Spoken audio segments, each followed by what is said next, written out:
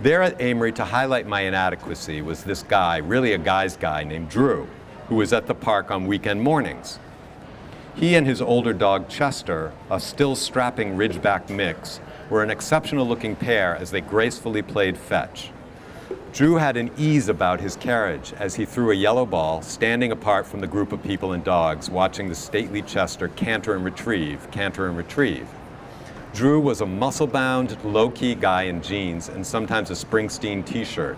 Not a snob, but not looking for big social activity either.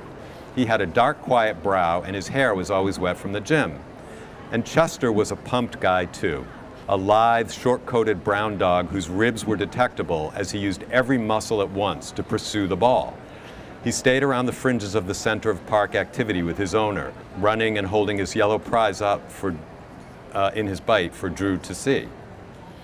I'd watch them carefully out of the corner of my eye. They made the whole ball thing look just like an effortless, intimate partnership, a volley with a rigorous but not rigid flow.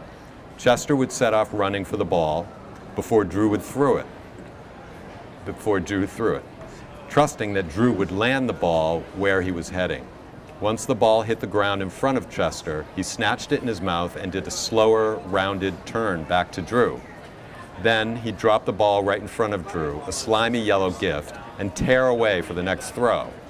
There was something powerful about watching two beings know each other so well, so that each could give the other exactly what he wanted over and over again.